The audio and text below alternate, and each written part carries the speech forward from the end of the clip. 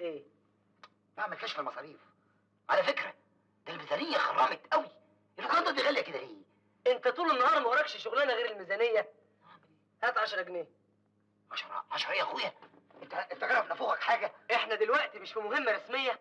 يبقى لينا بدل سفر. هات 10 جنيه. ده كان عمك يذبحني. يكون احسن. هات 10 جنيه. انت ساكت كده ليه؟ ما تتكلم. هتعمل بيها ايه؟ نعم، انتوا هتتفقوا عليا. ما هو يا تجيبوا 10 جنيه يا سيبكوا واسافر. لا ولا ايه؟ اديله اتفضل خد. اتفضل.